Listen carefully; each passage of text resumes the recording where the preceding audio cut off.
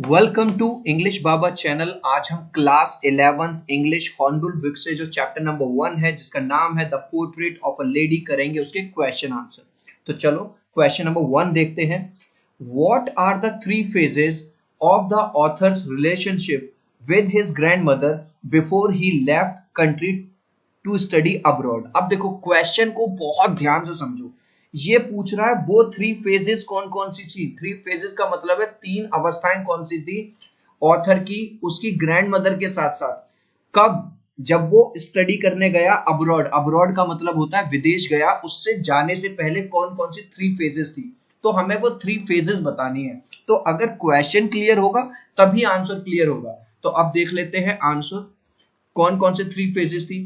देखो सबसे पहले जब भी इस तरह का एक क्वेश्चन आए तो क्वेश्चन के अंदर से ही लाइन चेप देनी है।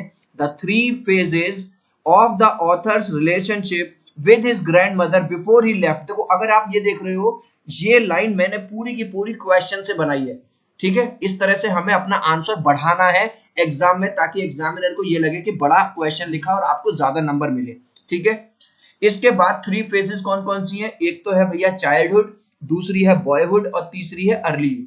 चाइल्डहुड का मतलब बिल्कुल बचपन, when he was living in village, जब वो जो ऑथर है गांव में रह रहा था, and grandmother took care of him as his guardian, और पूरी तरह से जो उसकी ग्रैंड मदर है वो उसका ध्यान रख रही थी, चाहे वो स्कूल के लिए जाना हो, उसके लिए खाना बनाना हो, उसे स्कूल छोड़ना हो, उसे थोड़ा बहुत पढ़ाना हो, क्योंकि उसके मम्मी पापा उस टाइम में सिटी के अंदर रह रहे थे। तो पहली फेज तो थी यार चाइल्डहुड। दूसरी फेज देखो बॉयहुड, जब वो थोड़ा सा बड़ा हुआ, when he shifted in city where grandmother could no longer accompany him to his school। अगर आपने ये पढ़ा है चैप्टर तो आपको पता होगा जब थोड़े टाइम बाद जब वो लोग सिटी में शिफ्ट हो गए तो अब वो जो ऑथर था वो एक इंग्लिश मीडियम स्कूल में जाने लगा। जब इंग्लिश मीडियम स्कूल में जाता था तो अब उसकी जो ग्रैंड मदर है वो उसे स्कूल छोड़ने नहीं जा पाती थी, है ना। Could no longer accompany him to his school. तो ये हो गई दूसरी फेज। तीसरी फेज है अर्ली यूथ, जब वो थोड़ा सा और बड़ा हुआ, when he went to the university, जब वो यूनिवर्सिटी लेवल में आ गया, and was given a room of his own, उसे खुद का एक कमरा दे दिया गया। The common link of the friendship was snapped, और वो जो कॉमन लिंक है उन दोनों के बीच में, दादी के बीच में और ऑथर के बीच में, कहीं ना कहीं वो टूट गया। तो चिल्ड्रन आपको ध्यान का रखना है, कुछ बच्चे ना रटते हैं, रटना नहीं है यार, समझना है। अगर तुम समझ लोगे तो तुम एग्जाम में लिख दोगे, और रटोगे तो भैया भूलोगे। तो रटना नहीं है, समझना है। तीन फेजेस कौन कौन सी है? चाइल्डहुड जब वो गांव में रहता था, बॉयहुड जब उसे सिटी में शिफ्ट हुआ, और अर्ली यूथ जब वो यूनिवर्सिटी में गया। Next question. यार अगर इंग्लिश बाबा चैनल पे पहली बार आए हो या अभी तक सब्सक्राइब नहीं किया है तो सब्सक्राइब कर लो, ठीक है, ताकि हमारे सारे अपडेट्स आपको मिलते रहे, और वीडियो को अभी से कर दो लाइक। अब देखेंगे question number 2। Mention the three reasons. अब देखो तीन रीजन बताने हैं। कौन कौन से reason? Why the author's grandmother was disturbed when he started going to the city school. तो अभी मैंने आपको क्वेश्चन नंबर 1 में क्या बताया? आंसर देने से पहले मेरे भाई क्वेश्चन को समझना है। तो वो पूछ रहा है जो ग्रैंड मदर है वो खुश क्यों नहीं थी। वो तीन रीजन देने हैं। जब वो नए स्कूल में जाने लगा, शहर वाले स्कूल में जाने लगा, तो किन तीन वजह से वो खुश नहीं थी। चलो आगे बढ़ने से पहले अगर आप चाहते हो इंग्लिश बाबा के सारे अपडेट्स आपको फोन पे मिलते रहे तो टेलीग्राम आईडी हमारी नोट करो, इंग्लिश बाबा 123। टेलीग्राम पे आज ही सब्सक्राइब कर लो, आपको सब फोन पे मिलता रहेगा। तो देखो the three reasons why the author's grandmother was disturb, देखो पूरा का पूरा ये मैंने कहां से लिया है? क्वेश्चन से लिया है, ठीक है। इसके बाद तीन रीजन कौन से थे? Number 1, her routine to go school with author broke. आपको पता होगा जब वो गांव में था तब वो छोड़ने जाती थी दादी माँ, किसको? बच्चे को स्कूल में। लेकिन यहाँ पे तो वो बस से जाता था, तो उसका वो जो रूटीन था उसे छोड़ने वाला स्कूल, एक तो वो टूट गया। Number 2, city school was not teaching anything about God. अब जब वो गांव वाले स्कूल में रह रहा था तो गांव वाले स्कूल में भगवान की प्रेयर सिखाई जाती थी, भगवान के बारे में भी पढ़ाया जाता था। लेकिन नए स्कूल में, शहर वाले स्कूल में, इंग्लिश मीडियम स्कूल में केवल उसे साइंस, अर्थमेटिक, म्यूजिक ये सब पढ़ाया जा रहा था। तो इस वाली बात से भी ग्रैंड मदर दुखी थी। तीसरा देखो, she did not like the idea of city school teaching music to the students. और उसे ये चीज बिल्कुल भी पसंद नहीं आई शहर वाले स्कूल की कि वो वाला स्कूल बच्चों को म्यूजिक भी पढ़ा रहा है, क्योंकि उनका मानना ये था जो म्यूजिक है वो खराब लोग सीखते हैं। दो क्वेश्चन हो गए। तीसरे क्वेश्चन की तरफ बढ़ रहा हूं। Mention 3 ways in which the author's grandmother spent her days after he grew up. अब आपको 3 ऐसे तरीके बताने हैं जिस तरह से जो ऑथर की जो ग्रैंड मदर है अपना पूरा दिन बिताती थी जब ऑथर बड़ा हो गया। तो देखते हैं वो कौन कौन से 3 तरीके हैं।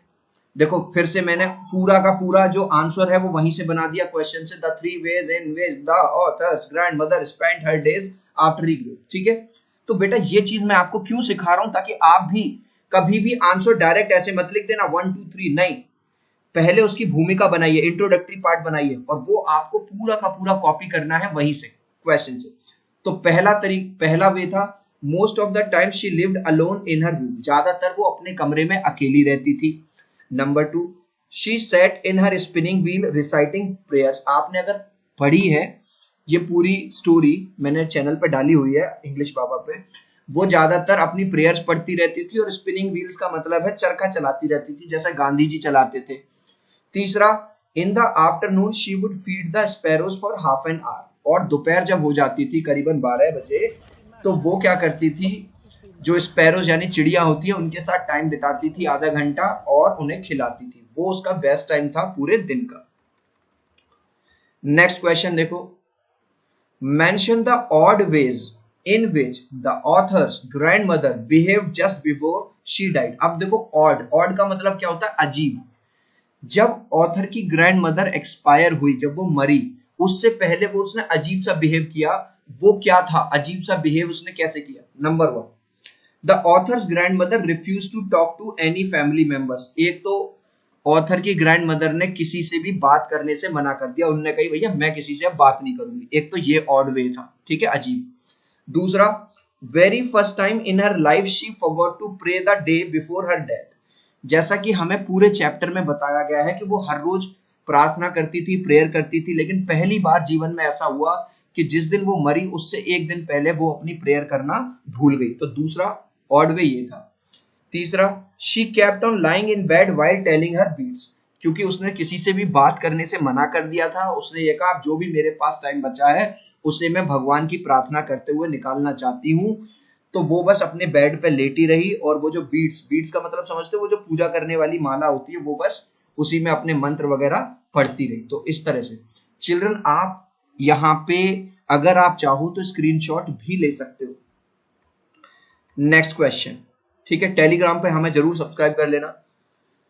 Mention the ways in which the sparrows express their sorrows when the author's grandmother died. जब ऑथर की जो ग्रैंड मदर है, दादी, जब वो एक्सपायर हुई, जब वो मरी, तो जो चिड़िया थी, जो स्पैरोस थी, जिनको वो दाना देती थी, रोज खाना खिलाती थी, उन्होंने किस तरह से अपना जो एक्सप्रेस किया, सोरो मींस दुख को अपना किस तरह से जाहिर किया। आंसर देखो, all the sparrows seemed very sad. Seem का मतलब है दिख रही थी, जितनी भी सारी चिड़िया थी, जो भी स्पैरोज थी, वो सारी दुखी थी।